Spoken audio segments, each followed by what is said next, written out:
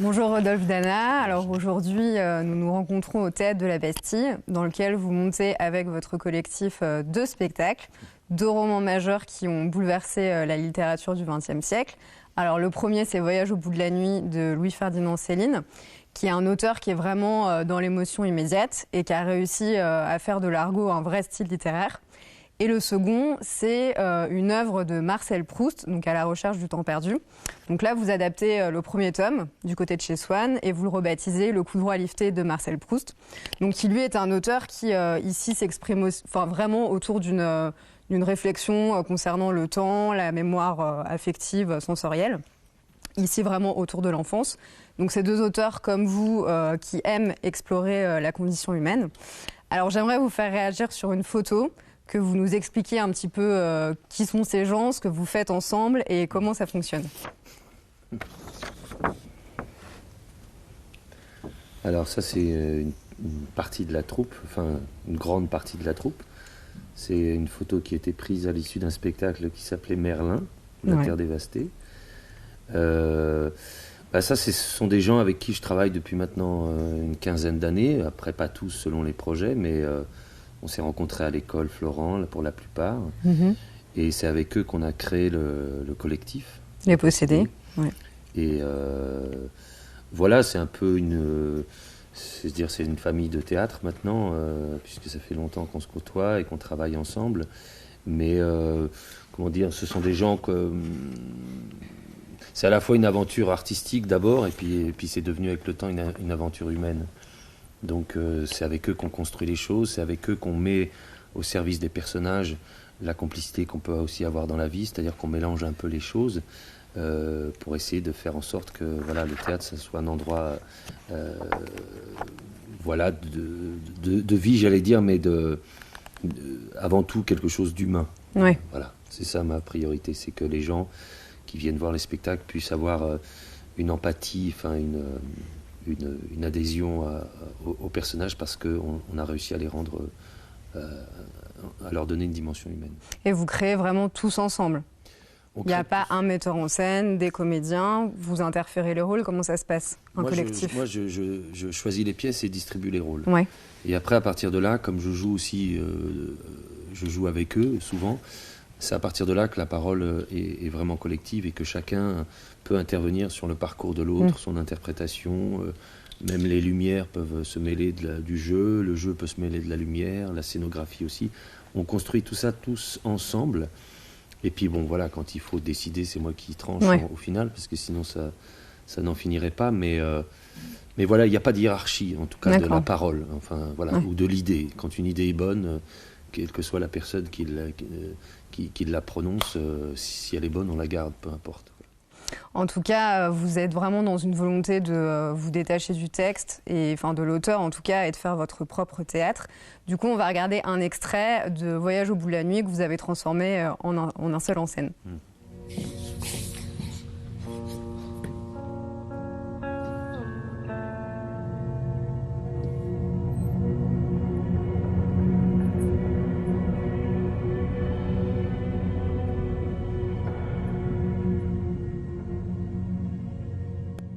Dans la pièce, dans le spectacle que vous faites autour de Proust, vous êtes vraiment dans une volonté de créer une démarche sensorielle, parce qu'avec le son, les lumières, le fait aussi d'être dans un décor épuré, ça fait qu'on se concentre vraiment sur l'émotion. C'est important pour vous? C'est-à-dire que c'est deux approches vraiment radicalement différentes. Proust, il travaille vraiment en introspection. D'où une certaine immobilité des acteurs, etc., pour que le texte parvienne vraiment au spectateur. Je dirais que c'est plus du ressenti que de l'émotion chez Proust. Ça peut provoquer une émotion, mais je trouve qu'il travaille aussi sur le ressenti, avec ces images, avec cette mémoire qui revient avec l'histoire de la Madeleine notamment, mais... c'est vraiment de l'introspection, il est à l'intérieur. On a même pu à un moment donné le qualifier d'autiste, tellement il était obsédé par les détails de ce qu'on appellerait aujourd'hui du temps perdu, et qui pour lui était la vie. Donc il est dans quelque chose qui peut déclencher une émotion, mais qui avant tout une expérience sensitive, intellectuelle et du coup poétique, parce qu'il met en poésie ses émotions, enfin ses sensations en fait. Voilà. Mais vous essayez de créer, de renvoyer quelque chose. Enfin, le spectateur vit vraiment une expérience à part entière, parce que les comédiens sont dans la pénombre. Il y a tout ce son aussi qui apporte quelque chose de très différent. Tous nos sens sont en éveil. Oui, c'est-à-dire que je voulais essayer de recréer les conditions pour le spectateur, qu'elles soient les mêmes que celles que du lecteur. Oui. C'est-à-dire que c'est un auteur qui demande un effort. C'est compliqué à lire. Ouais. C'est compliqué à lire, mais c'est quand on fait cet effort-là, alors peut-être aujourd'hui, la société, etc., fait en sorte qu'on aimerait que les choses soient faciles ou accessibles rapidement, satisfaisantes. Lui, il n'est pas dans ce rapport-là, il demande un effort, mais quand on consent à faire cet effort, on se sent quand même plus... On a l'impression d'avoir vécu vraiment quelque chose, même d'un point de vue intellectuel ou même sensitif. Notre effort est récompensé avec Proust. Donc il est exigeant, mais on essaye, nous, de faire en sorte de mâcher un peu le travail aux spectateurs, puisque là, ils n'ont pas à le lire, on leur livre le texte, mais d'être suffisamment dans un état de précision, on parle beaucoup de précision chez lui, qui fait qu'effectivement, avec les lumières, le son, de faire en sorte que le spectateur soit comme le narrateur, c'est-à-dire avec des sens ouverts en permanence, que ce soit auditif, visuel, intellectuel, poétique. Et il est tout le temps Proust dans cette quête-là en permanence. Donc on a l'impression vraiment qu'il a plusieurs cerveaux, comme une mouche. On disait de lui que quand il était dans des soirées, etc., il était assis quelque part, toujours un peu en retrait. Et il pouvait tenir une conversation, enfin écouter ce que disait l'autre, mais en même temps il regardait tout ce qui se passait autour. Et on disait qu'il avait un regard de mouche, comme ça, comme les mouches ont 1000 facettes, et qui pouvait capter absolument la couleur de la tapisserie, l'odeur de la cuisine, etc. Donc il était en permanence là. Ça devait être, mais c'est pour ça qu'il est mort assez jeune et qu'il était épuisé. Alors du coup, je vais vous lire un extrait de chacun de ces romans, et puis on va en discuter après. Alors déjà un extrait de Voyage au bout de la nuit. Il faut croire, Claude Lorrain, les premiers plans d'un tableau sont toujours répugnants et l'art exige constitue l'intérêt de l'œuvre dans les lointains, dans l'insaisissable, là où se réfugie le mensonge, ce rêve pris sur le fait et seul amour des hommes. Et maintenant un extrait donc, de À la recherche du temps perdu, qui est un petit peu plus long. Alors, la trouvaille du romancier a été d'avoir l'idée de remplacer ces parties impénétrables à l'âme par une quantité égale de parties immatérielles, c'est-à-dire que notre âme peut s'assimiler. Qu'importe dès lors que les actions, les émotions de ces êtres d'un nouveau genre nous apparaissent comme vraies, puisque nous les avons faites nôtres, puisque c'est en nous qu'elles se produisent, qu'elles tiennent sous leur dépendance, tandis que nous tournons fiévreusement les pages du livre, la rapidité de notre respiration et l'intensité de notre regard. Et une fois que le romancier nous a mis dans cet état, où comme dans tous les états purement intérieurs, toute émotion est décuplée, où son livre va nous troubler à la façon d'un rêve, mais d'un rêve plus clair que ceux que nous avons en dormant, et dont le souvenir durera davantage. Alors voici qu'il déchaîne en nous pendant 1 heure tous les bonheurs et tous les malheurs possibles, dont nous mettrions dans la vie des années à connaître quelques-uns, et dont les plus intenses ne nous seraient jamais révélés, parce que la lenteur avec laquelle ils se produisent nous en ôte la perception. Alors le théâtre, on peut en parler, mais c'est vrai qu'avant tout c'est un art qui se vit. C'est difficile quand même d'exprimer une émotion autour de ça. C'est en plus un art qui se vit vraiment dans le présent, contrairement au roman qui se situe quand même dans le passé. Mais justement dans le roman et aussi dans le théâtre, les émotions sont décuplées, les deux auteurs parlent de rêves. Vous, dans vos spectacles, on peut parler surtout avec Proust de songes. Et c'est ça la puissance du théâtre, quelque part. C'est que tout est décuplé en un temps réduit. Oui, en tout cas, chaque spectateur, c'est ce que moi j'ai essayé de faire avec les acteurs. Et ce qu'il dit dans l'extrait que vous avez énoncé, c'est que le lecteur doit finir par lire sa propre vie et pas celle du narrateur. Et c'est en ça que c'est pour moi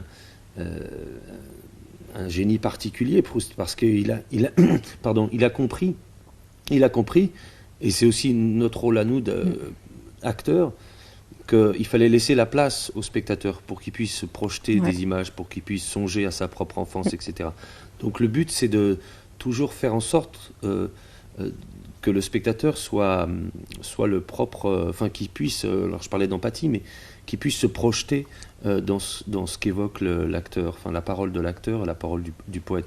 On est là pour transmettre. Ça ne veut pas dire qu'on se soumet à l'auteur, mais on doit trouver ce point de rencontre entre l'œuvre, entre ce que dit l'auteur et la manière dont vont l'incarner les acteurs.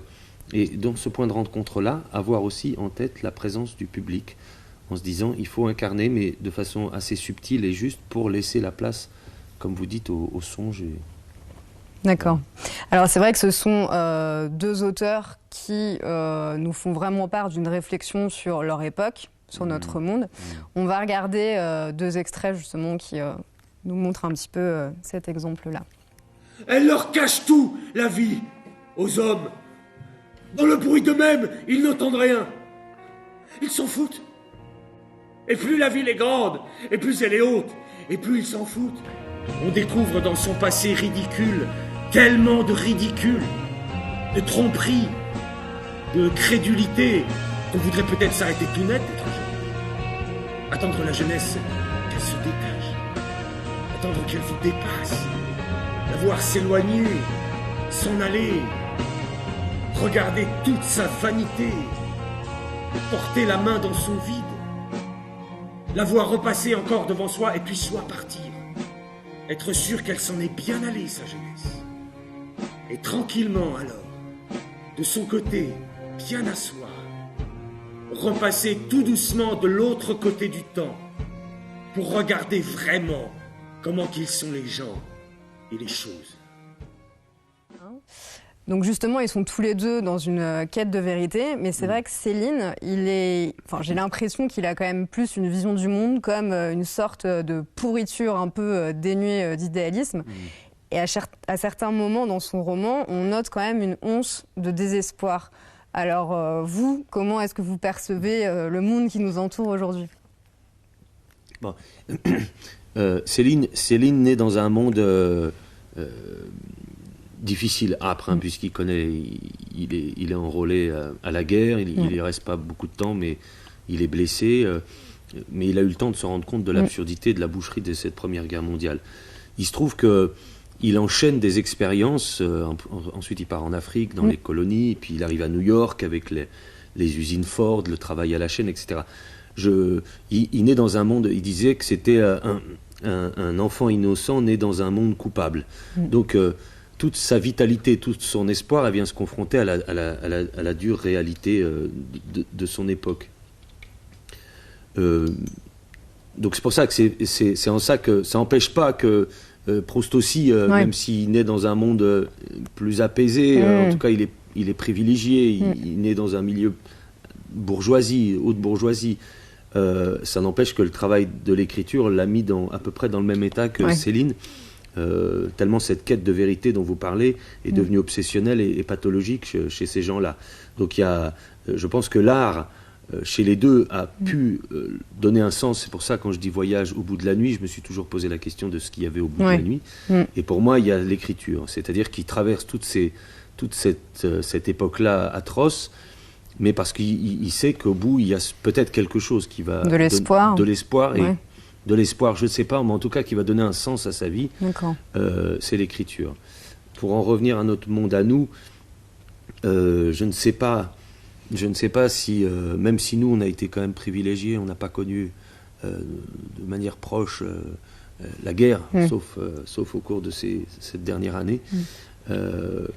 Mais moi ce qui me plaît chez ces auteurs-là, c'est la langue, c'est le style, et que même dans un monde en guerre, où on n'a plus tellement confiance en nos hommes politiques, en plus grand chose, la poésie et la langue peuvent, moi, en tout cas, me ravir et me donner de l'espoir en l'humanité, tant qu'il y aura des auteurs de cette trempe-là qui nous feront comprendre et considérer que la vie vaut la peine d'être vécue. Alors, vous nous avez ramené un objet qui vous tient à cœur. À cœur, je ne sais pas. Mais qui est important pour vous. Alors, qu'est-ce que c'est ? Alors ça, c'est un petit mot qu'il y a dans ma loge, Ouais. parce que les soirs de première, on a des mots de ceux des camarades, de ceux qui travaillent avec nous. Et après, alors ça, c'est un mot, c'est des camarades belges et hollandaises qui travaillent à la scénographie des spectacles. Et comme au début de Voyage au bout de la nuit, je bois une bière, elles m'ont déposé un mot et elles m'ont donné 2 bières, une belge et une hollandaise. Original. Voilà, et en me disant, voilà, tu verras laquelle c'est. Donc voilà, c'est Un avec petit porte-bonheur. Voilà, Ouais. c'est des choses comme ça qu'on pourrait jeter, mais et puis on ne sait plus pourquoi on les garde. Mais ouais, c'est une petite superstition, quoi, on va dire. Très bien. Eh bien, merci beaucoup, Rodolphe Merci. Dana.